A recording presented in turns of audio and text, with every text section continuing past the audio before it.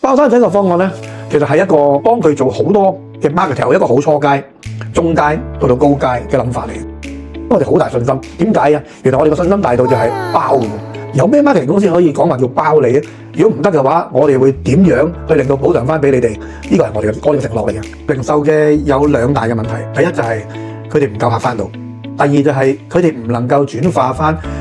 隻客再落嚟去幫襯佢哋，同埋佢哋面對緊嘅廣告費貴，佢哋可能用好多錢去落廣告換嚟一隻客翻嚟，但係呢隻客冇去用盡佢，冇去令到個客留得住佢。呢個係我睇得到佢哋所謂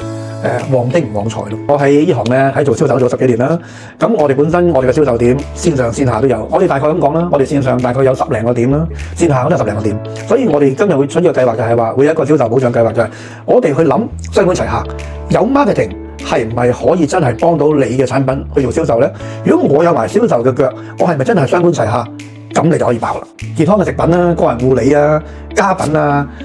美妝嘅範疇啊、